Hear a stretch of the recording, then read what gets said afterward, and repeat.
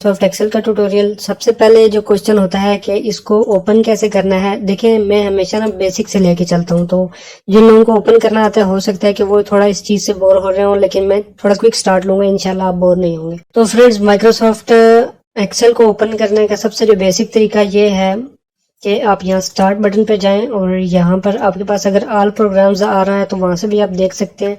और विंडोज 10 में तो ये आसान काम है कि आप यहाँ पे सिंपली स्टार्ट बटन पे क्लिक करके एक्सेल टाइप कर लें। EX टाइप करेंगे तो एक्सेल आ जाएगा। इस पे क्लिक करने से आप एक्सेल को ओपन कर पाएंगे बहुत ही आसानी के साथ।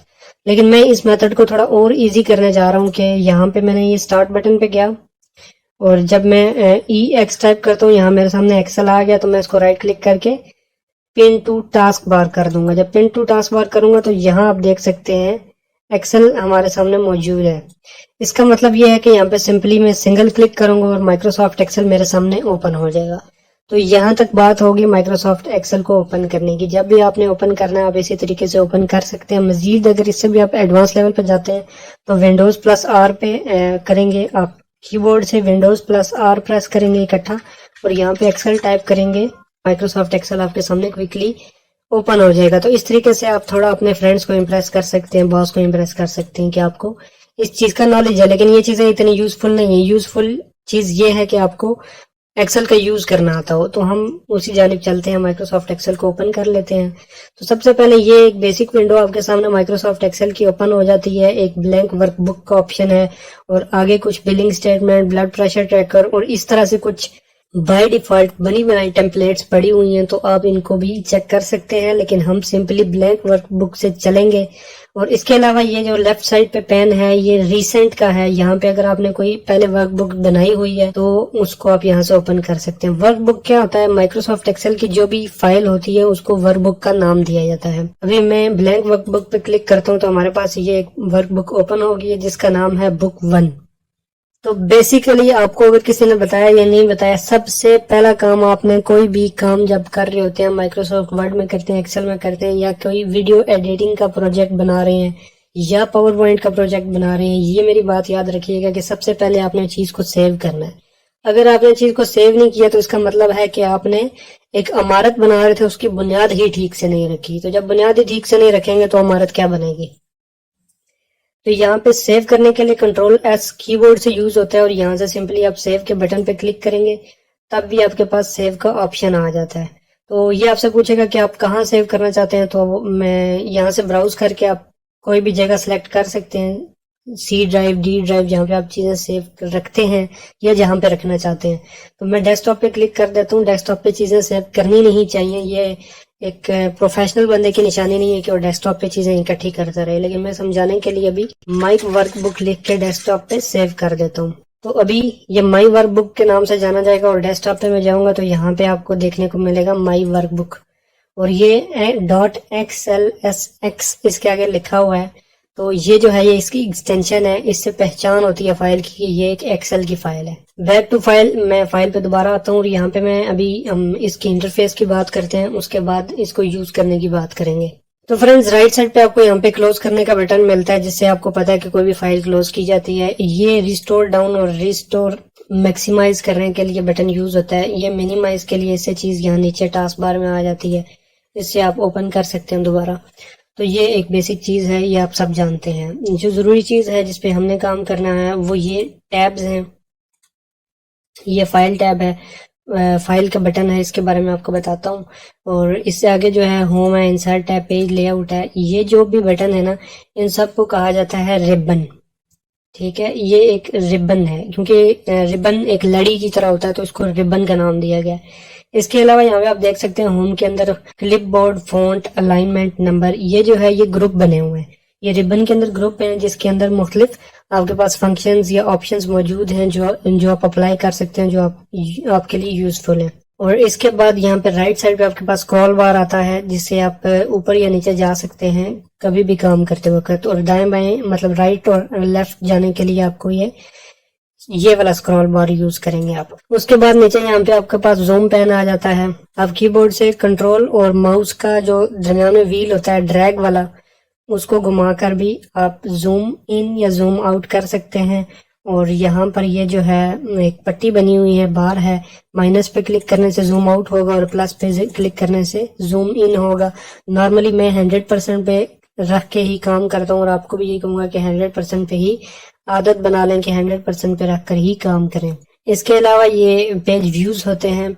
ये नॉर्मल व्यू है जिसके ऊपर हम काम कर रहे हैं, और ये है page layout view. Page layout view का इतना ज्यादा यूज नहीं होता। और पेज ब्रेक व्यू है, इसके बारे में हम आगे चल के ये प्रिंटिंग के लिए यूज होता है पेज ब्रेक व्यू, इसका यूज होता है, लेकिन वो अब जब हम डाटा फिल करेंगे उस वक्त आपको बताऊंगा। फिलहाल हम नॉर्मल व्यू के ऊपर रख कर काम करते हैं, लेकिन आपके लिए ये जानना जरूरी है कि अगर आपके साथ इस तरह की कोई इश्यू हो जाता है कि आपका डाटा गायब हो जाता है, तो आप यहाँ से व्यू को चेक कर सकते हैं। नॉर्मल पे क्लिक करेंगे तो आपका व्यू बिल्कुल ठीक हो जाएगा। यहाँ पर आपके पास शीट आ जाती है। आप प्लस के बटन के ऊपर क्लिक करेंगे तो एक और शीट क्रिएट हो जाएगी। अगर यहाँ पे मैंने कुछ लिखा हुआ है तो दोबारा मैं दूसरी शीट पे आऊंगा तो इस पे वो डाटा मौजूद नहीं है। मतलब आप शीट 1 पे डिफरेंट काम कर सकते हैं, शीट 2 पे डिफरेंट काम कर सकते हैं। तो यहाँ प्लस का बटन पे क्लिक करने से आप नई शीट क्रिएट कर सकते हैं, और पुरानी शीट को रीनेम करना हो तो आप राइट क्लिक करके रीनेम करेंगे, और माई शीट इस तरह इसको दूसरा नाम भी दे सकते हैं। और इस शीट को आप दोबारा से डिलीट करना चाहें तो इस तरह से राइट क्लिक करके डिलीट भी कर सकते हैं। तो शीट 1 पे ही हम दोबारा आ जाते हैं। फ्रेंड्स, जब भी हम माइक्रोसॉफ्ट एक्सेल पे काम कर रहे होते हैं तो इसके अंदर जो है वो सेल्स के अंदर काम किया जाता है। आप देख सकते हैं कि कुछ लाइंस ऊपर से नीचे जा रही हैं, कुछ लाइंस दाएं से बाएं जा रही हैं। जो लाइंस ऊपर से नीचे आ रही हैं वो दो लाइंस मिलकर एक कॉलम बनाती हैं। जिस तरह मैं अभी डी पे क्लिक करता हूं तो ये डी एक कॉलम है। और यहाँ से इस तरह से देखा जाए तो 6 पे मैंने क्लिक किया तो ये एक रो है। अभी आपको रो और कॉलम का कॉन्सेप्ट तो ऑलरेडी क्लियर होगा, मुझे उम्मीद है। तो ये एक कॉलम है और ये एक रो है जो अभी सिलेक्टेड है। तो जब भी मैं किसी रैंडम सेल पे क्लिक करता हूँ तो हर सेल का एक एड्रेस होता है। अभी जब मैंने यहाँ पे क्लिक किया तो ये एड्रेस बार है, यहाँ पे नेम बॉक्स है। इसके अंदर आपको बताएगा कि ये G8 सेल है। G8 मतलब ये देखें अभी G कॉलम के अंदर है और 8 जो है वो ये रो है। तो यहाँ पे सिर्फ एक ही सेल आता है और वो इस सेल का एड्रेस बन जाता है G8। अभी मैं यहाँ पे क्लिक करता हूँ तो ये आ जाता है I11, I और 11। इसी तरह आप यहाँ से अपनी मर्जी से टाइप करके भी कहीं जा सकते हैं। जैसे मैं A11 पे यहाँ पे टाइप करके छोड़ता हूँ तो ये A11 पे ऑटोमेटिक आ जाता है। तो ये थोड़ा सा कॉन्सेप्ट आपको क्लियर होना चाहिए कि सेल्स कैसे नेविगेट कैसे करते हैं और सेल का एड्रेस किस तरह से यहाँ पे शो होता है। ये एक सेल की पहचान है, हर सेल की एक अपनी पहचान है। तो उसके बाद ये है फार्मूला बार। यहाँ पे फार्मूलाज टाइप किए जाते हैं और यहाँ पर फार्मूलाज शो होते हैं जो हमने ऑलरेडी टाइप किए हुए होते हैं। तो फ्रेंड्स, मैंने कहा था आपको फाइल बटन के बारे में बताऊंगा। फाइल पे मैं जाता हूँ, यहाँ पर न्यू का ऑप्शन है। अगर मैं न्यू पे क्लिक करता हूँ तो एक दोबारा से एक नई वर्कबुक क्रिएट कर सकता हूँ। ओपन पे जाता हूँ तो मैं जो मैंने अभी वर्कबुक क्रिएट की हुई है पहले से, उसको मैं ओपन कर सकता हूँ। मतलब पहले की जितनी पड़ी हुई होंगी उनको ओपन के बटन पर जाके ओपन किया जा सकता है। सेव का जो बटन है उससे फर्ज करें यहाँ पे मैंने कुछ काम किया हुआ है। रिजल्ट कार्ड मैंने लिखा है यहाँ पे, फर्ज करें यहाँ पे मैंने कोई रिजल्ट कार्ड बनाया हुआ था। तो यहाँ पे मैं जब सेव के बटन पे क्लिक करता रहूंगा या कीबोर्ड से Ctrl+S करके सेव करूंगा या फिर यहाँ सेव के बटन पे क्लिक करूंगा तो इस फाइल के अंदर जो भी मैं काम करता जा रहा हूँ, जब मैं इस तरीके से सेव करूंगा वो काम वहीं तक सेव होता जाएगा। लेकिन यहाँ पे एक सेव एज का ऑप्शन है। सेव एज का थोड़ा डिफरेंट कॉन्सेप्ट है। वो ये है कि एक रिजल्ट कार्ड किसी और स्कूल का है, दूसरा किसी और स्कूल का है। तो यहाँ तक जो मैं काम कर रहा था उसको मैंने Ctrl+S किया तो माई वर्कबुक के अंदर वो सेव होता जा रहा है। तो यहाँ से अगर मैंने कहना है कि मैंने ये करना है कि किसी और स्कूल का डाटा सेव करना है या कोई डिफरेंट है वो इससे, तो मैं सेव एज पे जाऊंगा तो सेम स्ट्रक्चर के साथ एक और फाइल बन जाएगी जिसका नाम भी अलग होगा। तो सेव एज का ऑप्शन यूजफुल है, आप इसको चेक कर सकते हैं। उसके अलावा यहाँ पे एक्सपोर्ट का ऑप्शन है, आपके पास प्रिंट का ऑप्शन है। प्रिंटिंग इसके जरिए की जा सकती है और अकाउंट में जाके आप अपने एक्सेल का वर्जन वगैरह चेक कर सकते हैं। 2016 मेरे पास चल रहा है, ऑफिस 365 भी कहते हैं इसको। फ्रेंड्स, अभी किसी भी सेल के अंदर कोई भी चीज टाइप करनी है तो उसका तरीकाकार ये नहीं है कि आप डबल क्लिक करें। देखें अभी यहाँ पे कर्सर ब्लिंक कर रहा है, ये डबल क्लिक करने से आया। आपने सेल के ऊपर सिर्फ एक बार क्लिक करना है और यहाँ पे टाइपिंग स्टार्ट कर देनी है।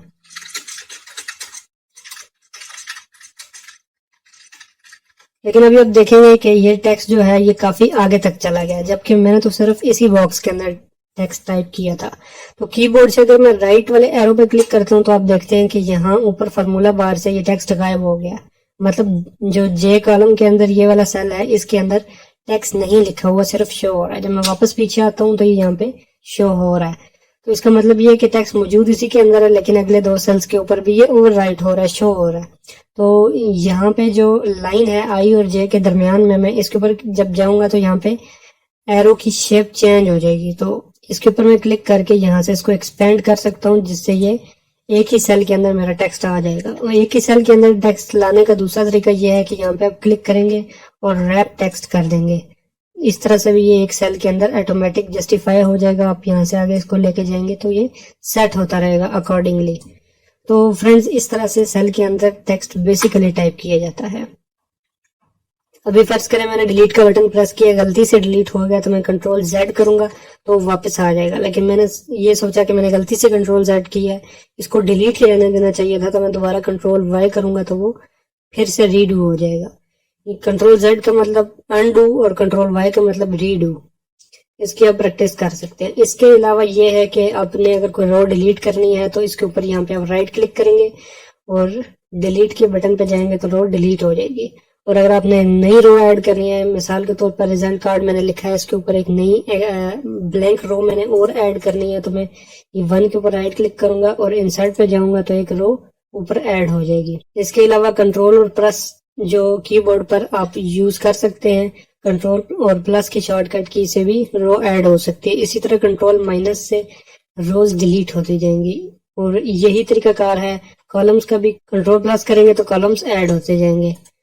इसी तरह आप राइट क्लिक करके भी यहाँ पे इंसर्ट करेंगे तो कॉलम्स ऐड होते जाएंगे। कंट्रोल जेड से दोबारा से जो भी आपने काम किया होगा वापस बैक चला जाएगा। तो फ्रेंड्स, हम अभी तक जो हमने बात की है वो ज्यादातर हमने लेआउट के बारे में की है। लेआउट मतलब जो चीज आपके सामने दिखाई दे रही है, ये खाने दिखाई दे रहे हैं जिसका मैंने बताया, ये सेल्स हैं, ये रोज हैं, ये कॉलम्स हैं, ये सारी लेआउट थी। अभी तक आपको लेआउट के बारे में बताया। अभी हम प्रैक्टिकली काम करेंगे। तो उससे पहले मैं आपको एक और चीज बताता चलूं कि जो सेल आपने जिस पे क्लिक किया होगा वो होगा एक्टिव सेल। अभी मैंने इस पे क्लिक किया हुआ तो ये एक एक्टिव सेल है। ये कौन सा सेल है? C4, ये एक्टिव सेल है।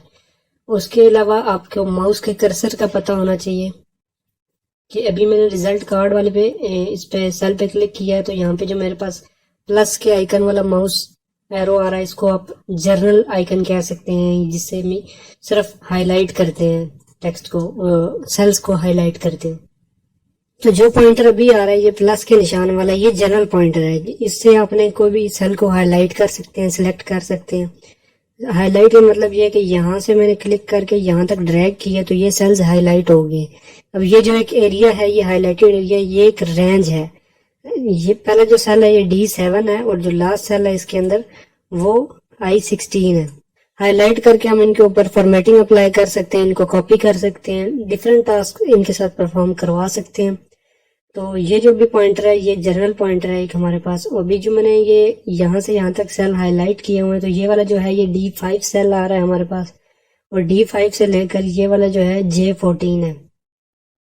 अब D5 से J14 तक मैंने सेल सेलेक्ट किए हुए हैं।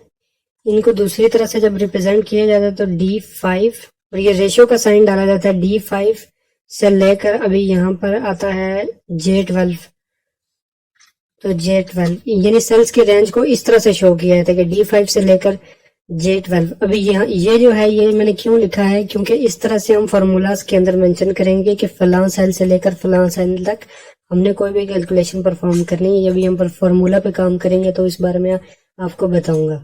तो इस तरह जो जनरल सिलेक्शन वाला पॉइंटर है इसे हमने इस तरह से सिलेक्ट कर सकते हैं। और उसके अलावा जो हमारे पास पॉइंटर का दूसरा आइकन आता है वो आता है मूविंग पॉइंटर।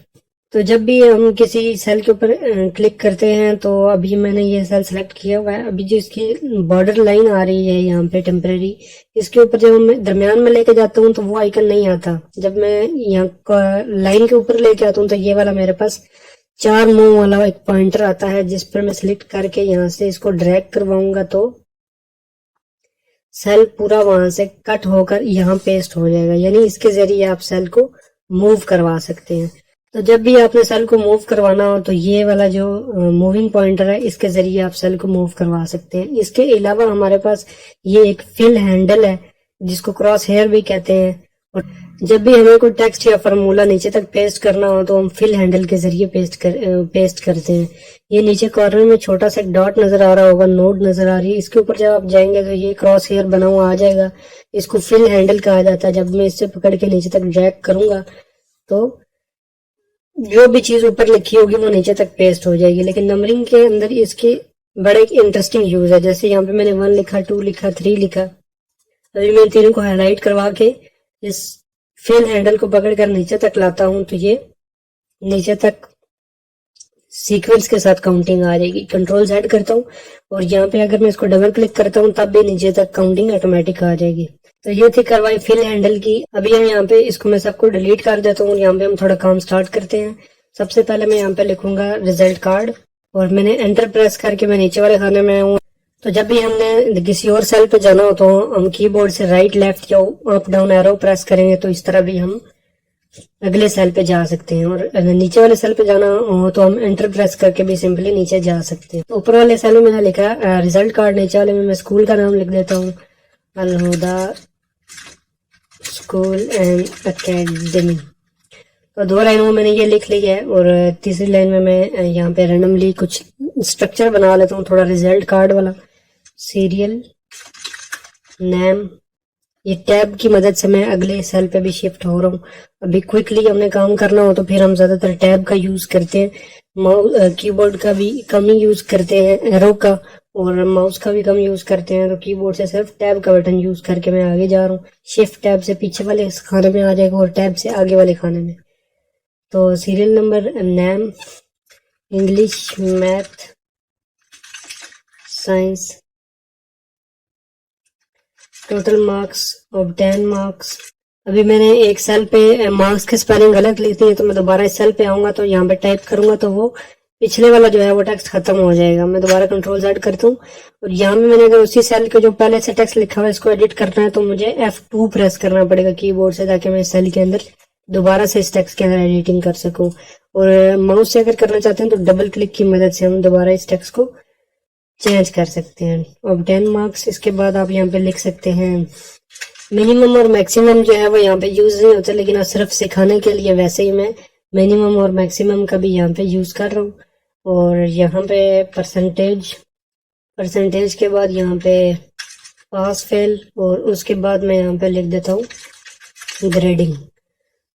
सीरियल नंबर में सिर्फ मैं यहाँ पे 1 लिखूंगा और 1 लिखने के बाद मैं फिल हैंडल की मदद से नीचे अगर जा रहा हूँ तो आप देख सकते हैं कि 1 ही 1 आ रहा है। लेकिन मैं यहाँ पे कंट्रोल प्रेस करूंगा तो आप देखेंगे कि प्लस के बटन के ऊपर एक और प्लस आ गया। तो अभी मैंने यहाँ से कंट्रोल प्रेस किया हुआ और इस फिल हैंडल को मैं नीचे लेके जा रहा हूँ तो यहाँ पे आप देख सकते हैं 10 तक काउंटिंग मेरे पास आ गई है। तो नेम यहाँ पे मैं रैंडमली टाइप करता जाऊंगा। कुछ नेम मैंने लिख लिए हैं। उसके बाद यहाँ पे सब्जेक्ट जो है उनके अंदर बंदे ने कितने मार्क्स लिए हैं वो यहाँ पे मैंने लिखते हैं। तो मैं सपोज करूंगा कि तमाम सब्जेक्ट जो है वो आउट ऑफ 100 है, तो मैं 100 में से इनको रैंडमली मार्क्स देता जाऊंगा। यहाँ पे फिलहाल यहाँ पे कोई कमाल नहीं है, मैं यहाँ पे सिर्फ मार्क्स एंटर कर रहा हूँ। जैसे यहाँ पे मैंने 50 किया तो यहाँ पे मैं एंटर प्रेस करके नीचे वाले खाने में चला जाऊंगा और यहाँ पे मैं 40 और इस तरह 55, 57 एंड 92 इस तरह डिफरेंट में जो है वो डाटा एंटर करता जा रहा हूँ। इसके बाद इसी तरह यहाँ पे हम मैथ के भी फिल कर लेते हैं। देन साइंस के मार्क्स भी मैं इसी तरह रैंडमली ऐड कर लेता हूँ। अभी टोटल मार्क्स जो हैं वो यहाँ पे 3 सब्जेक्ट हैं तो 300 यहाँ पे टोटल मार्क्स होने चाहिए। तो 300 मैंने यहाँ पे लिख दिया। अभी नीचे भी 300 ही सब के अंदर लिखना है, तो इससे बेहतर है कि मैं यहाँ पे सिंपली डबल क्लिक करूंगा तो नीचे तक ऑटोमेटिक 300 आ जाएगा। तो अब 10 मार्क्स जो हैं यहाँ पे भी थोड़ी फार्मूले वाली कार्रवाई आ जाएगी।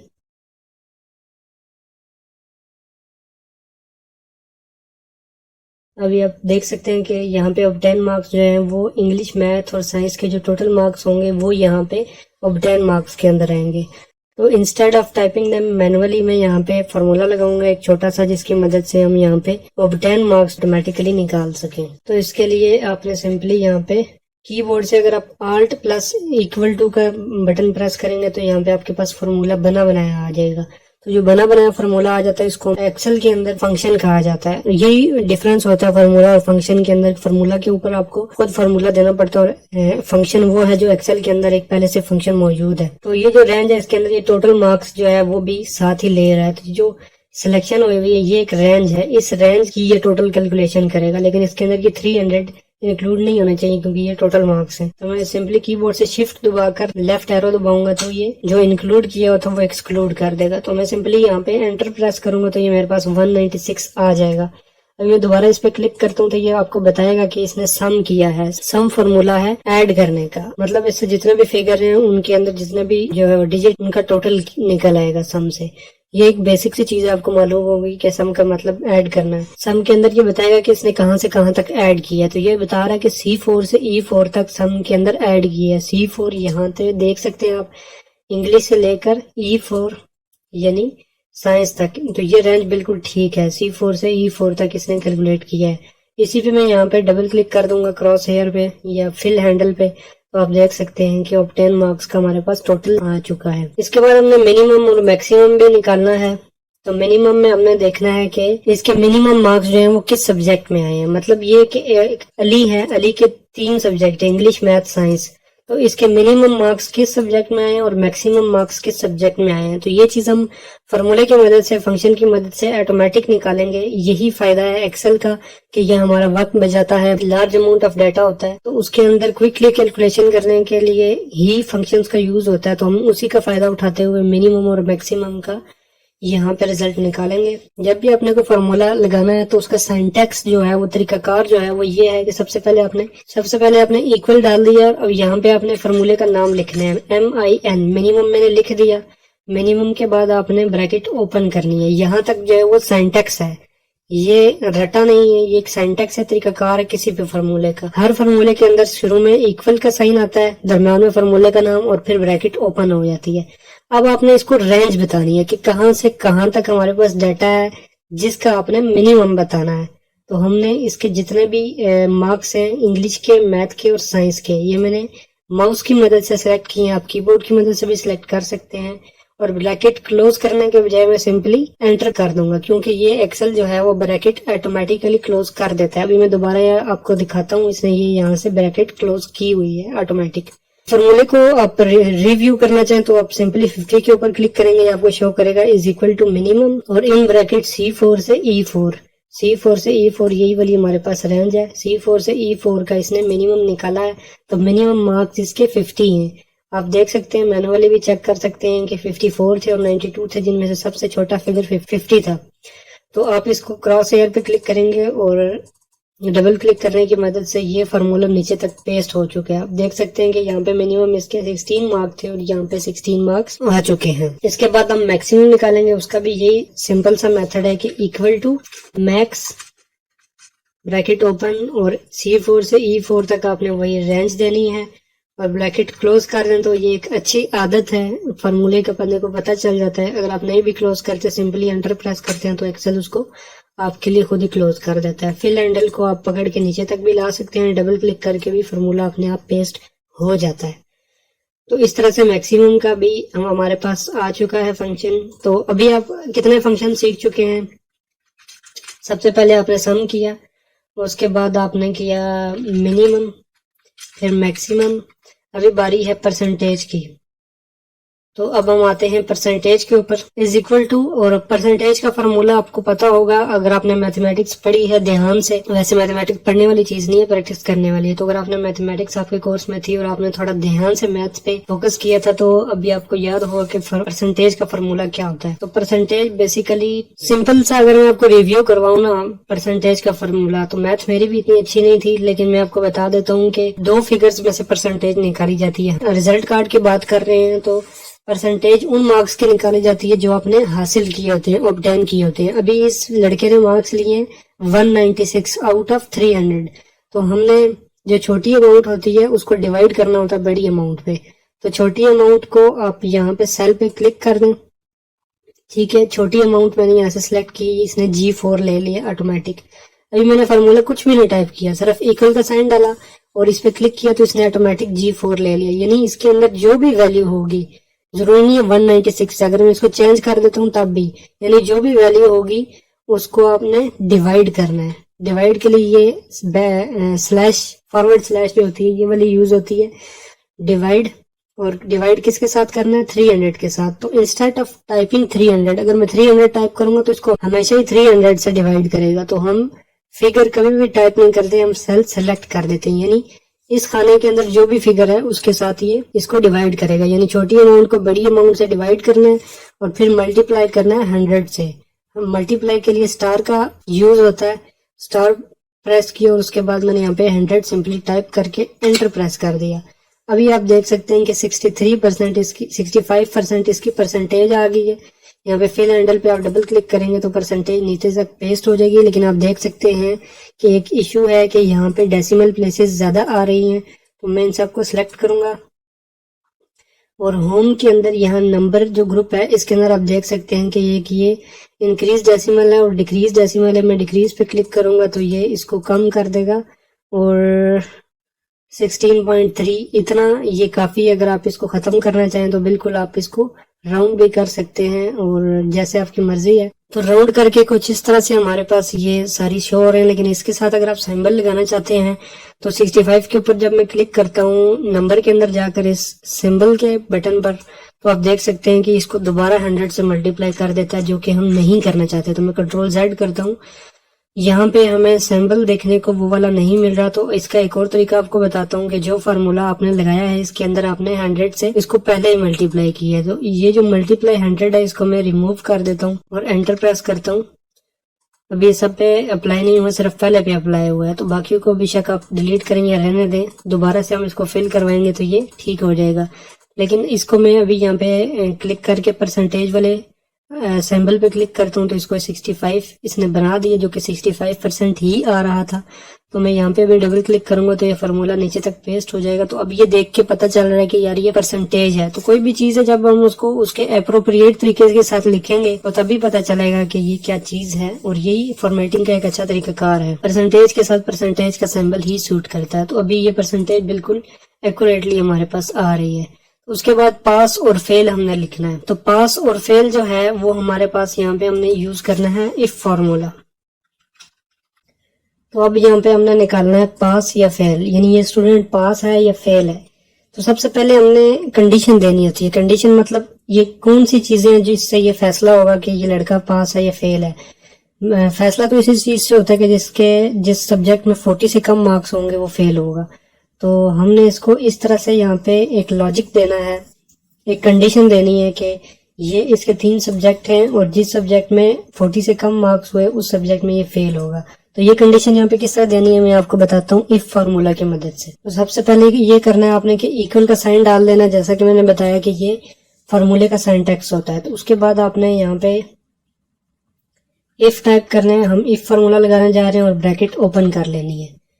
तो सबसे पहले हमने यहाँ पे सिंपली एक लॉजिकल टेस्ट देना है इसको कि ये बच्चा पास है या फेल है। तो उसके लिए हमने क्या करना है कि इफ फार्मूला को समझने के लिए मैं बताता हूँ कि यहाँ पे कोई भी सब्जेक्ट है, जैसे इंग्लिश है, इसके अंदर में 50 लिखा हुआ है। तो 50 पे मैंने क्लिक किया कि अगर C4 यानी इस सेल के अंदर जो वैल्यू है वो बड़ी है, ग्रेटर देन या फिर बराबर है 40 के। दोबारा से समझ लें, सबसे पहले equal to if bracket open, यहां तक ये सिंटैक्स हो गया। उसके बाद C4 यानी ये वाला जो खाना होगा इसके अंदर जो भी वैल्यू है अगर वो मार्क्स जो है वो 40 के बराबर या 40 से ज्यादा है तो कोमा लगा के हमने लिखना है, इन्वर्टेड कोमास के अंदर लिखना है पास और इन्वर्टेड कोमास क्लोज करने। जो भी हमने टेक्स्ट देना होता है वो इन्वर्टेड कोमास में देना होता है। तो कोमा डाल के अगर ये वाली कंडीशन ट्रू, यहाँ पे लिखा हुआ था कि if condition value is true, अगर ये कंडीशन ट्रू होती है तो पास लिखा आएगा। अगर ये कंडीशन ट्रू नहीं होती, ऐसा नहीं है कि वहां पे 40 के बराबर या 40 जितनी वैल्यू है 40 से बड़ी वैल्यू है, तो यहाँ पे हम लिख देंगे फेल। अभी फिर से देख लें, इफ ब्रैकेट ओपन C4 खाने में जो भी वैल्यू है अगर वो 40 के बराबर या बड़ी है तो बच्चा पास है, अगर ये बात ठीक नहीं है तो फेल है। अभी मैं एंटर प्रेस करता हूँ तो ये इसने सिर्फ इंग्लिश की बेस पे बताया है कि ये पास है और ये लड़का इंग्लिश में फेल था, तो इस वजह से इसने ये बता दिया कि ये फेल है। लेकिन हमने सिर्फ एक सब्जेक्ट से चेक नहीं करना, हमने मल्टीपल सब्जेक्ट से चेक करना, तमाम सब्जेक्ट से। तो इसलिए हम इफ एंड का यूज करेंगे। इफ एंड, अभी देखिए इफ लिखा हुआ है ब्रैकेट ओपन, यहाँ तक एक फार्मूला है। अभी यहाँ पे हम एंड डालेंगे तो यहाँ से आगे दूसरा फंक्शन स्टार्ट हो जाना है। तो सबसे पहले हमने इसको लॉजिक देना है कि ये जो वैल्यू है C4 में अगर वो बड़ी है या बराबर है 40 के। अभी जो पहले इफ था उसके अंदर हमने सिर्फ एक कंडीशन दी थी कि इंग्लिश के अंदर अगर किसी के मार्क्स 40 से कम है तो वो फेल हो जाएगा। लेकिन यहाँ पे इफ एंड का मकसद ये है कि हम तमाम सब्जेक्ट की बात एक ही फार्मूले के अंदर कर लेंगे। यानी C4 जो है वो इंग्लिश वाला जो खाना है, इसके अंदर अगर किसी के 40 मार्क्स या 40 से ज्यादा मार्क्स हैं तो साथ ही हमने दूसरी कंडीशन दे देनी है कि अगर इस खाने के अंदर किसी के मार्क्स जो है वो ग्रेटर देन इक्वल टू 40 है तो अगली कंडीशन नहीं दे रहे हम, अभी फिलहाल उसको इतनी ही बात बता रहे हैं। साथ ही हम अगले खाने में आ जाएंगे कि अगर ये वाला जो खाना है E4, इसके अंदर जो भी वैल्यू है अगर वो बराबर है, बड़ी है या बराबर है 40 के। अभी आप देख लें यहाँ तक इफ एंड का हमने यहाँ तक फार्मूला लगाया, फिर इसको बताया C4 के अंदर जो वैल्यू है अगर वो बड़ी है या बराबर है 40 के।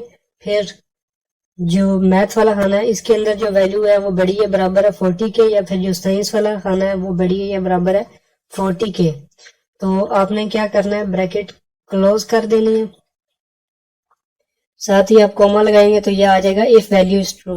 अगर इन सब के अंदर जो भी ये सब के सब ट्रू होना जरूरी है कंडीशन।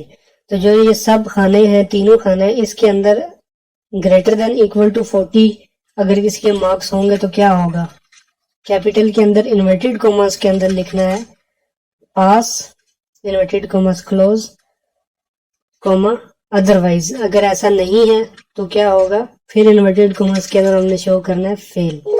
यहाँ पे आप लगा देंगे एंटर। अभी से मेरे फार्मूले के अंदर करेक्शन किया, आई थिंक सो कि ब्रैकेट ही क्लोज किया, बाकी तो मैंने फार्मूला ठीक ही लिखा था। तो अभी मैं इसको नीचे तक यहाँ पे ड्रैग करवाऊंगा तो आप देख सकते हैं कि ये इस सब्जेक्ट के अंदर ये एक लड़का फेल है, सिर्फ एक ही सब्जेक्ट के अंदर इसके मार्क्स कम थे। अभी जो फार्मूलाज होते हैं ना बिल्कुल लाइव होते हैं कि अगर यहाँ पे ये मैथ के अंदर 50 मार्क है, ये पास है, मैं यहाँ पे लिख देता हूँ 39, तो ये यहाँ पे उसी वक्त फेल शो कर देगा। फिर मैं यहाँ पे 42 करता हूँ तो दोबारा से इसको पास कर देगा और इसकी परसेंटेज भी चेंज हो गई है, तो मिनिमम मार्क्स भी इसके चेंज हो गए हैं। तो एक्सेल का बेसिकली फायदा यही होता है कि लाइव काम करते जो भी चेंजिंग होती है वो उसी वक्त आगे चेंजिंग शो कर देता है। तो नाजरीन अब बात आती है ग्रेडिंग फार्मूला की। तो ग्रेडिंग फार्मूला काफी सिंपल होता है, लेकिन मैं जो है इसके अंदर क्राइटेरिया काफी टेक्निकल करने वाला हूँ, तो ये थोड़ा कॉम्प्लेक्स होने वाला है। थोड़ा नहीं बल्कि बहुत ज्यादा कॉम्प्लेक्स हो सकता है आपके लिए अगर आप ध्यान से नहीं देखेंगे तो। अब सूरत हाल इस तरह है कि जिस बंदे के 60% से ज्यादा मार्क्स होंगे उसको ग्रेड ए मिल जाना चाहिए ऑटोमेटिक, ये सिंपल सी बात है।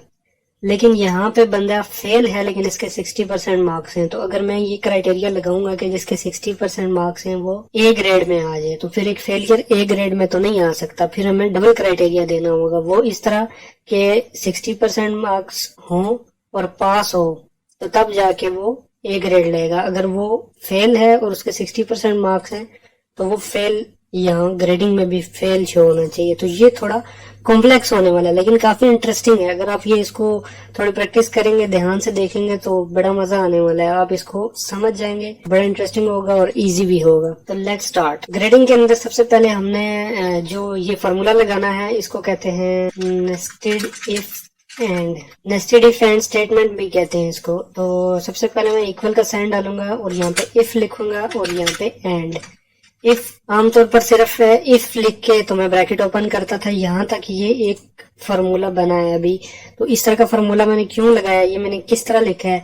सबसे पहले इफ जो है वो किसी भी फार्मूला से इक्वल का साइन जो है वो किसी भी फार्मूला से स्टार्ट में डाला जाता है, और इफ जो है वो हमारा इफ फार्मूला है। और एंड का मतलब ये है कि हमने मल्टीपल कंडीशंस देनी है कि 60% मार्क्स भी हों और पास भी हों, ये दो कंडीशन है, तो इसलिए एंड लगाया। वरना सिर्फ 60% मार्क्स होते तो फिर सिर्फ इफ की स्टेटमेंट काफी थी, लेकिन अभी इफ एंड इसलिए कि 60% मार्क्स भी हों और बंदा पास भी हो। तो सबसे पहले मैं यहाँ पे लिखूंगा कि ये जो सेल है, तो ये सेल कौन सा, ये J4 है। तो मैं यहाँ परसेंटेज के ऊपर से लगाना लगा हूँ, आप चाहें तो 10 मार्क्स के ऊपर से भी ये चीज कर सकते हैं, तो मैं परसेंटेज के ऊपर से लगा रहा हूँ। तो इफ J4 जो है वो ग्रेटर है या इक्वल है 60%, 60% में पूरा लिख रहा हूँ यहाँ पे, 60% के अगर इक्वल है और ग्रेटर है ये परसेंटेज वाला और साथ में पास भी है, तो कॉमा लगाऊंगा मैं। दूसरा लॉजिक दूंगा मैं कि इस सेल के अंदर बंदे के 60% मार्क्स हो गए, यहाँ तक बात हो गई।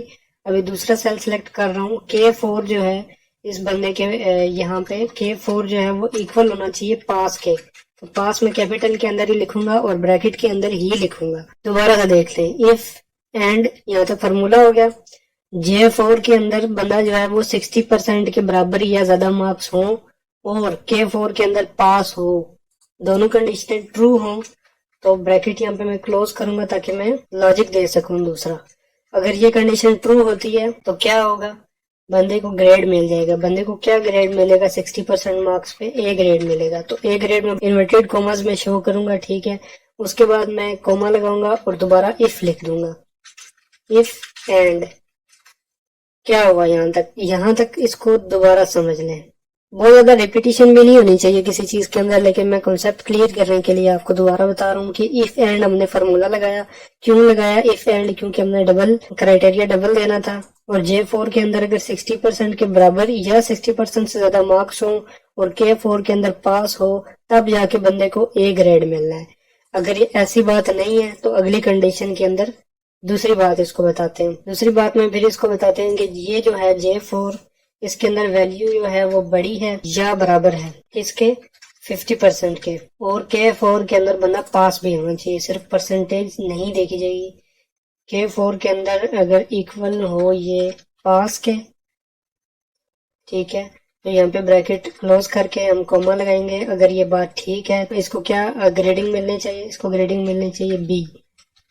दोबारा हम इसको फिर कॉमा लगाते हैं और इफ एंड तीसरी कंडीशन हम इसको देंगे कि ये जो J4 है ये ग्रेटर देन इक्वल टू होना चाहिए 40% के, साथ ही वो K4 के अंदर बंदा पास भी होना चाहिए, यानी 40% मार्क्स है और बंदा पास भी है, is equal to in inverted commas pass. अगर पास है, दोनों कंडीशंस ठीक हैं तो ब्रैकेट क्लोज और यहाँ पे कॉमा दे के अगर ये कंडीशन ट्रू होती है वह इफ इट इज ट्रू, तो हमने इसको C ग्रेड यहाँ पे दे देना है। इन्वर्टेड कॉमर्स के अंदर C ग्रेड दे दिया, ठीक है। अभी यहाँ तक हमारी A B C तीनों ग्रेड हमने दे दिए और यहाँ पे हम ब्रैकेट एक दफा क्लोज कर देते हैं, बाकी एक्सेल की मेहरबानी वो खुद क्लोज कर देगा। एंटर प्रेस करता हूँ और ये खुद ही करेक्ट कर देगा मेरे फॉर्मूले को। अभी इसमें एक मिस्टेक है लेकिन फिर भी मैं आपको कॉन्सेप्ट क्लियर करने के लिए इसको मैं ड्रैग डाउन कर देता हूँ, इसको फिल करता हूँ। अभी जहाँ पे तो इस फार्मूले को हमने यहाँ से ठीक से दे तो दिया, ठीक है। जिसके 60% मार्क्स थे उसको A ग्रेड मिल गया, जिसके 40% से अबव थे उसको C ग्रेड मिल गया, जिसके 50% से अबव थे उसको B ग्रेड मिल गया। लेकिन जो फेल था उसके आगे फॉल्स लिखा है, ये क्या बात हुई। फेल के आगे हमने फेल ग्रेडिंग में भी फेल ही शो करवाना था, हमने इसका ग्रेड भी नहीं शो करवाना था और फॉल्स भी नहीं शो करवाना था, हमने यहाँ पे फेल शो करवाना था। तो मैं वंस अगेन फार्मूला को जहाँ पे डबल क्लिक करके एडिट करूंगा, जहाँ पे ब्रैकेट्स क्लोज की है एंड पे वो मैंने डिलीट कर दी। जहाँ तक मैंने अभी यहाँ अपना क्राइटेरिया दिया हुआ था C ग्रेड तक, इसके आगे मैं फिर इफ लगाऊंगा और इस दफा इफ एंड नहीं लगा रहा क्योंकि सिर्फ मैं एक कंडीशन दे रहा हूँ इसमें। इफ एंड तब यूज होता है जब मल्टीपल कंडीशंस दी जाए, यहाँ पे मैं सिर्फ एक कंडीशन दे रहा हूँ। वो क्या कि अगर K4 जो है उसके अंदर कोई फेल है, K4 is equal to inverted commas fail. अगर फेल है तो तुमने क्या करना है, फिर इन्वर्टेड कॉमर्स में फेल, तो तुमने फेल ही शो करना है। इतनी बात क्या कर मैं यहाँ पे एंटर प्रेस कर देता हूँ और इसको ये खुद ही करेक्ट कर देगा। अभी मैं इस फार्मूले को ड्रैग करूंगा नीचे तक, तो जो बंदे फेल थे उनके सामने खुद ही फेल लिखा हुआ आ चुका है। तो ये one of the most complex formula था, क्योंकि ये मुश्किल इतना नहीं था लेकिन लेंथी था। तो अगर आप इतना लेंथी फार्मूला समझ सकते हैं तो आप एक्सेल का कोई भी फार्मूला समझ सकते हैं। फार्मूला का थोड़ा सा कॉन्सेप्ट में और क्लियर करते हुए आपको ये बताना चाहूंगा कि सम का formula, minimum, maximum, percentage, if and और नेस्टेड इफ एंड, ये वाला जो फार्मूला है ये अभी तक मैंने किसी YouTube चैनल पे ये वाला फार्मूला नहीं देखा कि इफ नेस्टेड इफ एंड लगाया और इतनी ज्यादा कंडीशंस किसी ने दी हो। तो ये कमाल की चीज आपने को सीखने को मिल गई है, लेकिन आपने करना ही है कि इसकी प्रैक्टिस करनी है, वरना आप इसको भूल जाएंगे। मैं आपको थोड़ा सा और कॉन्सेप्ट फार्मूलाज के बारे में क्लियर करता हूँ कि लेट्स सपोज कि एक सेल के अंदर यहाँ 50 लिखा हुआ है, नीचे 40 लिखा हुआ है, तो यहाँ पे अगर हमने कैलकुलेशन करनी है तो इसके लिए हम हर वक्त कैलकुलेटर तो नहीं ना यूज करेंगे, हमारे सामने एक्सेल की फाइल ओपन है। एक्सेल जो है वो किसी भी कैलकुलेटर का किंग है, सबसे अच्छा कैलकुलेटर है। तो छोटी मोटी कैलकुलेशंस भी हमें करनी आनी चाहिए। तो यहाँ पे हमने क्या प्रेस करना है कि 50 और 40 का टोटल निकल के आ जाएगा। आपने आल्ट और इक्वल का साइन कीबोर्ड से प्रेस करना है तो ये ऑटोमेटिक फार्मूला बनेगा। आपने एंटर प्रेस करना है तो ये इसका रिजल्ट ऑटोमेटिकली यहाँ पे 90 आ गया। ठीक है, 50 + 40 = 90। लेकिन इसको मैं डिलीट कर देता हूँ। दूसरा तरीका ये है कि यहाँ पे ऑटो सम पे क्लिक करें तो दोबारा एंटर करेंगे तो तब भी यहाँ पे 90 आ जाएगा। अभी तीसरा तरीका देखें। तीसरा तरीका ये है कि = 2 का साइन डाला। ये सिर्फ आपका कॉन्सेप्ट क्लियर करने के लिए, ताकि आपको कोई फार्मूला ना भी आता हो तब भी आप अपनी तरफ से फार्मूला बना सके। इक्वल का साइन डाला, पहली जो वैल्यू है वो सिलेक्ट की, वो सेल सेलेक्ट किया और प्लस का साइन डाला और फिर दूसरा सेल सेलेक्ट किया और फिर एंटर प्रेस किया। तो ये मैनुअल फार्मूला बनाकर हमने रिजल्ट निकाल लिया। ठीक है, तो इसके साथ ही यहाँ पे फर्ज करें मैंने मल्टीप्लिकेशन करनी है तो मैं यहाँ पे इक्वल का साइन डालूंगा। इक्वल का साइन भाई मस्ट है, इक्वल का साइन नहीं बोलना। इक्वल का साइन डाला और पहले वाला खाना मैंने जो सेल है पहले वाला सिलेक्ट किया। फिर मल्टीप्लिकेशन का साइन जो है वो एक स्टेरिक होता है, स्टार होता है, स्टार डाला। फिर सेकंड जो मैंने सेल सिलेक्ट किया तो एंटर प्रेस किया तो यहाँ पे इनकी मल्टीप्लिकेशन वैल्यू हमारे सामने है। तो यहाँ पे मैं डिवाइड करता हूँ। अभी यहाँ पे इक्वल का साइन डाला। अभी मुझे कोई फॉर्मूला नहीं आता, मतलब मैं अपनी तरफ से कर रहा हूँ। तो अगर आपके जितने ज्यादा कॉन्सेप्ट क्लियर होंगे आप खुद से काम कर सकेंगे। इक्वल का साइन डाला मैंने और यहाँ पे मैंने छोटी वैल्यू सिलेक्ट की, क्योंकि डिवीजन में हमेशा पहले छोटी वैल्यू सिलेक्ट की जाती है। छोटी वैल्यू को डिवाइड करना है बड़ी वैल्यू पे। तो एंटर प्रेस किया तो ये आपके पास इसका रिजल्ट आ गया। तो आप देख सकते हैं कि एक्सेल के अंदर फॉर्मूलाज कितने इजी हैं। थोड़ा सा कॉन्सेप्ट होना चाहिए, थोड़ा सा आपने फोकस करना है। यहाँ तक बात हुई फॉर्मूलाज की। अभी ये जो एक्स्ट्रा टेक्स्ट है इसको मैं डिलीट करता हूँ। थोड़ा सा इसकी फॉर्मेटिंग पे जाते हैं, क्योंकि जब भी आपके पास कोई भी काम आपने किया हुआ एक्सेल के अंदर, मेहनत की हुई है इतनी ज्यादा कि आप जानते हैं कि आपने इसके ऊपर कितना टाइम स्पेंड किया है इन चीजों को सीखने में, इनको सॉल्व करने में, डाटा एंट्री करने में। लेकिन फिर भी अगर कोई बंदा आके यहाँ पे देखता है तो इसको चीज देखने में बिल्कुल भी अच्छी नहीं लगती, क्योंकि इसका कोई फॉर्मेटिंग नहीं की हुई, कोई व्यू ही नहीं है इस चीज का। तो वो बिल्कुल भी फिर फायदा नहीं है कि अगर आप इतनी मेहनत के बाद किसी को कोई चीज चेक करवाते हैं तो उसको पसंद नहीं आती। क्यों पसंद नहीं आती? क्योंकि हमने इसकी फॉर्मेटिंग नहीं की। फॉर्मेटिंग कैसे करनी है? एक तरीका तो इसका ये है कि आपने ये सिलेक्ट किया जितना भी यहाँ पे ये टेबल के अंदर मैंने जो काम किया हुआ था, यहाँ पे हमने ये रिजल्ट कार्ड बनाया ऊपर वाली 2 हेडिंग्स छोड़कर। आप इंसर्ट पे जाते हैं, टेबल पे क्लिक करते हैं तो यहाँ पे आपके पास बना बनाया टेबल आ जाता है। इसकी फॉर्मेटिंग भी हो जाती है। एक ये तरीका हो गया और कंट्रोल Z करता हूँ मैं। दूसरा ये कि आप ये सारी रेंज को सिलेक्ट करें और यहाँ पे आप होम टैब के अंदर देखेंगे ये बॉर्डर है, यहाँ से आप ऑल बॉर्डर्स करेंगे तो आपके पास ये बॉर्डर्स आ जाएंगे। तो बॉर्डर जो है वो बेसिकली आपने लाजमी लगाने हैं इसके अंदर, ये ऑप्शनल नहीं है, ये आपने लाजमी करना है। क्यों करना है? क्योंकि जब भी आप फाइल को प्रिंट करेंगे तो ये जो ग्रिड लाइंस है, ये जो लाइंस है, ये वाली लाइन दिखाई नहीं देंगी प्रिंट में। तो जब आप बॉर्डर लगाएंगे तो तभी ये बॉर्डर दिखाई देगा।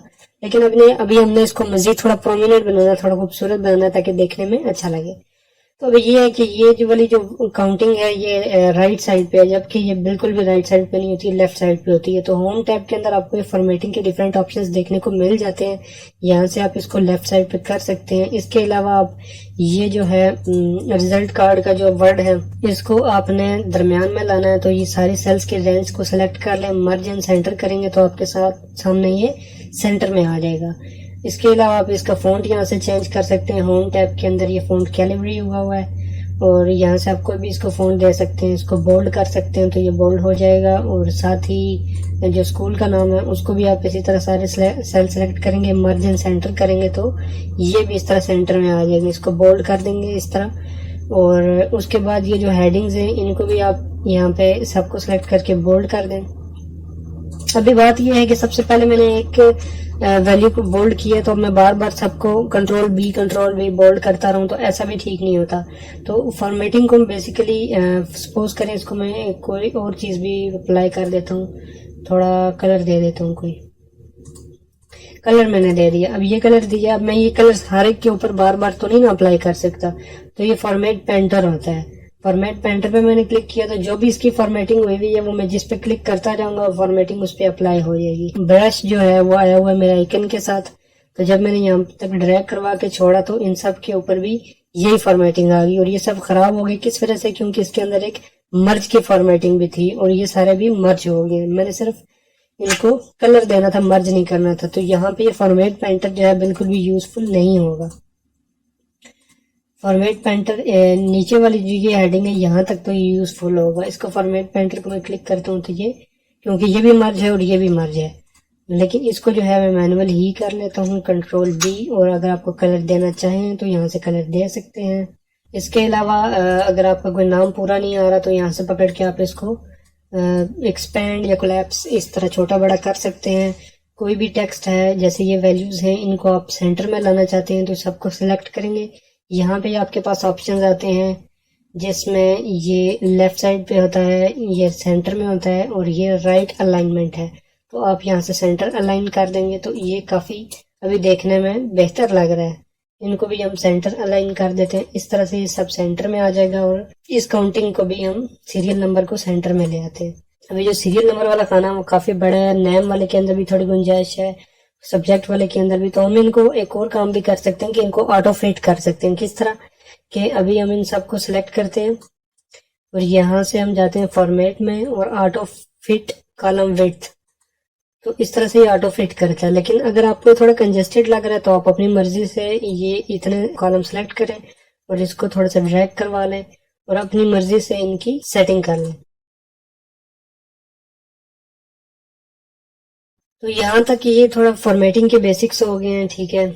अच्छा, इसके बाद मैं थोड़ा फिल्टर वगैरह के बारे में बताता हूँ। इस रेंज को मैं सिलेक्ट करूंगा, थोड़ा जूम कर लेता हूँ क्योंकि ये काफी छोटा दिखाई दे रहा है। तो यहाँ से मैं जाऊंगा इंसर्ट और यहाँ से मैंने टेबल पे चले जाना है।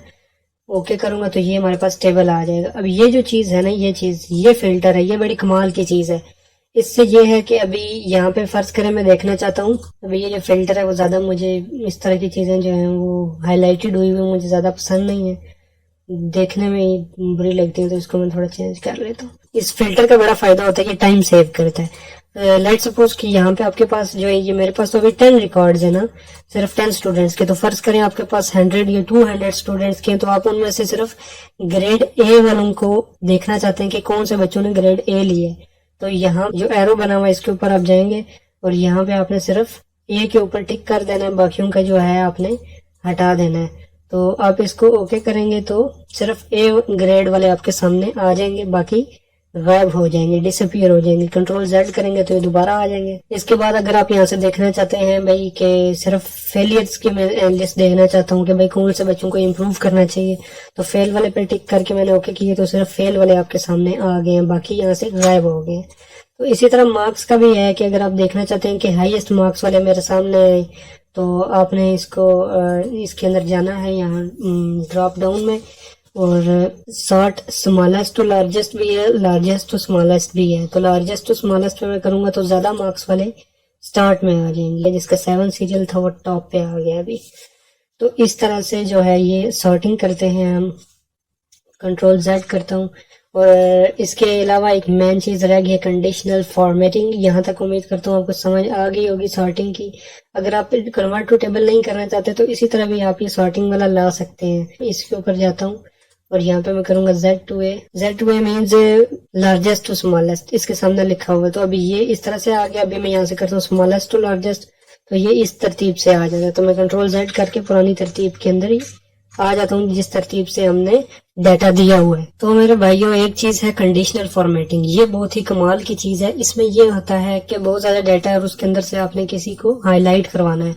तो मिसाल के तौर पर मैं अभी जो फेलियर्स है उनको हाईलाइट करवाना चाहता हूँ रेड कलर के साथ। तो इसके लिए मैं ये करूंगा कि यहाँ से मैं ये रेंज सेलेक्ट कर लेता हूँ। कंडीशनल फॉर्मेटिंग में जाके न्यू रूल में जाता हूँ। Format only cells that contain cell value, यानी वो सेल को हाईलाइट करो जिसके अंदर कोई चीज मौजूद है। क्या चीज मौजूद है? वैल्यू इक्वल टू, जो के बराबर है, किसके बराबर है? इन्वर्टेड कॉमन्स बराबर है फेल के, यानी जिसके अंदर फेल लिखा हुआ है उसको तुमने फॉर्मेट करना है रेड कलर से। ओके ओके, लेकिन ऐसा नहीं हुआ। इसके रीजन जानते हैं कि यहाँ पे ये डबल इन्वर्टेड कॉमास आए हुए हैं। इसको मैं बैक स्पेस करके यहाँ पे सिंगल इन्वर्टेड कॉमा करता हूँ और अभी ओके पे क्लिक करूंगा यहाँ पे आप देख सकते हैं कि ये हाईलाइट हो गए। तो ये कंडीशनल फॉर्मेटिंग है, इसके अंदर डिफरेंट ऑप्शंस हैं। एज पर योर रिक्वायरमेंट आप इसको जो है वो यूज कर सकते हैं, आपके लिए हेल्पफुल साबित हो सकते हैं। फॉर्मेटिंग के अंदर इसके अलावा हमारे पास ये ऑप्शन होते हैं इटैलिक के, अंडरलाइन के, और ये जो है बॉर्डर का आपको पहले बता चुका हूँ। उसके बाद ये कलर फिल है, जैसे पूरे सेल के अंदर कलर फिल हो जाता है। अंडरलाइन है, ये टेक्स्ट का कलर है, जैसे टेक्स्ट का कलर चेंज हो जाता है। और ये अलाइनमेंट है राइट लेफ्ट। इसके अलावा ये जो बटन है इसका मतलब होता है कि ये डिक्रीज करता है इंडेंट को। जैसे हम कभी माइक्रोसॉफ्ट वर्ड के अंदर टैब लगा के किसी टेक्स्ट को आगे करते हैं, अभी ये वाला सेल मैंने सेलेक्ट किया हुआ है, यहाँ पे मैं ये इंक्रीज इंडेंट करूंगा तो ये एक एक स्टेप आगे जाता जाएगा। तो इस तरह से इंडेंट को इंक्रीज किया जाता है। रैप टेक्स्ट का शायद मैंने आपको बताया भी है ऑलरेडी। दूसरे सेल के अंदर वैल्यू लेके जानी हो तो जैसे ये ऑब्टेन मार्क्स है, यहाँ पे मैं पूरा लिख देता हूँ ऑब्टेन मार्क्स। तो अभी ये देखें ये दिखाई नहीं दे रहा है, तो इसको मैं क्या करूंगा कि यहाँ से रैप टेक्स्ट करूंगा, जिसकी वजह से ये ऑब्टेन मार्क्स शो हो जाएगा। कंट्रोल Z करता हूँ। इसके अलावा हमारे पास ये ऑप्शन है कि आल्ट और एंटर प्रेस करें, तो इस तरह भी ये नीचे चला जाता है। कंट्रोल Z करके मैं इसको पुरानी शक्ल में वापस ले आता हूँ। अच्छा, इसके बाद जो मेन चीज रह जाती है वो रह जाती है प्रिंटिंग। प्रिंटिंग के बारे में जानना बहुत जरूरी है, क्योंकि एक्सेल के अंदर प्रिंटिंग को लेके हमारे साथ इश्यूज चलते ही रहते हैं। तो कंट्रोल P को मैं प्रेस करता हूँ प्रिंटिंग के लिए। यहाँ पे हमारे पास एक आता है प्रीव्यू प्रिंट का, यानी यहाँ पे जो चीज शो हो रही है ये इसी तरह प्रिंट होगी। जैसे सीरियल से लेकर परसेंटेज तक आ रहा है, लेकिन मैं जानता हूँ कि परसेंटेज तक नहीं, मैं ग्रेडिंग तक प्रिंट करना चाहता हूँ। जब मैं प्रिंट कर रहा हूँ तो ये सिर्फ परसेंटेज तक प्रिंट कर रहा है। तो इसको ठीक करने के 2-3 तरीके हैं। पहला तरीका तो ये है कि आप इसको कंट्रोल P करके यहाँ से इसको पोर्ट्रेट हुआ है तो आप इसको यहाँ से लैंडस्केप कर दें, तो ये ग्रेडिंग पूरी आ जाएगी। लेकिन अगर आप ये चाहते हैं कि पोर्ट्रेट के अंदर ही प्रिंट करें तो यहाँ पे आपके पास नीचे 2 ऑप्शंस हैं। इस वाले ऑप्शन के ऊपर आपको यहाँ मार्जिन शो होंगे, और मार्जिन को एडिट करके भी ड्रैग करके आप यहाँ पे इसको एडजस्ट करके अपनी मर्जी से जो है अपने टेबल को पूरा कर सकते हैं। लेकिन ये भी कोई इतना अच्छा ऑप्शन नहीं है। मार्जिन को छेड़छाड़ करना भी मजे की टेक्निक नहीं है ये। तो मजे की टेक्निक कौन सी है, वो ये है कि यहाँ से आप चले जाएं पेज ब्रेक व्यू के ऊपर। पेज ब्रेक व्यू के ऊपर जाकर आप थोड़ा सा जूम कर लें ताकि आपको देखने में आसानी हो। इसके बाद आपने क्या करना है कि जो ब्लू लाइन है ये एक पेज को शो कर रही है, यानी यहाँ से जो ब्लू लाइन है थिक वाली, इसका मतलब है कि यहाँ पर पेज खत्म हो रहा है। तो अगर इस ब्लू लाइन को अंदर लेके जाऊंगा तो ये जो टेक्स्ट है ये पेज से बाहर निकल जाएगा, पेज के ऊपर प्रिंट नहीं होगा। इस ब्लू लाइन को मैं जितना बाहर लेके जाऊंगा ये इस तरह से मेरे पेज के ऊपर एडजस्ट होगा। आप देख सकते हैं यहाँ पे पेज 2 क्रिएट हो गया। ये जो डॉटेड लाइन है यहाँ पे एक पेज एंड हो रहा है, तो मैं इस पेज को लाइन को घसीट के पीछे लाऊंगा तो ये अब मेरे पास ये जो ब्लैंक जगह आ रही है ये मार्जिन आ जाएगा मेरे पास। कंट्रोल P करता हूँ तो देखते हैं ये जो जगह ये मेरे पास गैप आ रहा है, स्पेस आ रहा है। तो जो मार्जिन को मैंने छेड़ा था मैं दोबारा ठीक कर सकता हूँ इनको। तो ये एक बहुत ही इंपॉर्टेंट चीज थी प्रिंटिंग करते वक्त। आपने ये भी ख्याल रखना है कि जो पेज है वो आपका A4 होना चाहिए, जो कि ज्यादातर जो हम काम करते हैं ऑफिस के अंदर वो A4 के ऊपर नॉर्मली प्रिंट किया जाता है। उसके बाद अगर एक्सेल के अंदर कोई इंपॉर्टेंट चीज है तो वो फाइंड एंड रिप्लेस है। जो अगर आपने कभी 3 इडियट्स मूवी देखी हो तो उसके अंदर वो शरारत करता है कि कंट्रोल F करके यहाँ से फाइंड करता है, और कंट्रोल H से जो है रिप्लेस का ऑप्शन आता है हमारे पास। यहाँ पे अगर आप कोई भी वैल्यू, जैसे ये नेम है अली है, तो इसको मैं फाइंड करता हूँ यहाँ पे अली, और इसको मैंने रिप्लेस करना है नुमान के साथ। यानी ये अली नाम गलत लिखा गया था, वहां पे नुमान का नाम आना चाहिए था, तो मैं रिप्लेस कर दूंगा। रिप्लेस सिंगल भी कर सकते हैं, रिप्लेस सिंगल भी कर सकते हैं, रिप्लेस ऑल भी कर सकते हैं। ऑल से ये होता है कि जितने इस नाम के लोग मौजूद होंगे वो सारे के सारे रिप्लेस हो जाएंगे। तो मैंने सिंपली रिप्लेस किया तो ये रिप्लेस हो गया। मैं कंट्रोल Z कर देता हूँ। तो फ्रेंड्स ये थी एक्सेल की कुछ बेसिक टेक्निक और कुछ फार्मूलाज जो कि आपके लिए यूजफुल साबित हो सकते हैं। और एक्सेल के ट्यूटोरियल्स इंशाल्लाह आते रहेंगे। एक वीडियो मेरी पहले भी आई हुई है, काफी कॉम्प्रिहेंसिव है। 40 मिनट्स के अंदर बहुत कुछ इंपॉर्टेंट चीजें जो है मैंने उसके अंदर कवर की हुई थी। उस वीडियो का लिंक भी मैं डिस्क्रिप्शन में दे दूँ।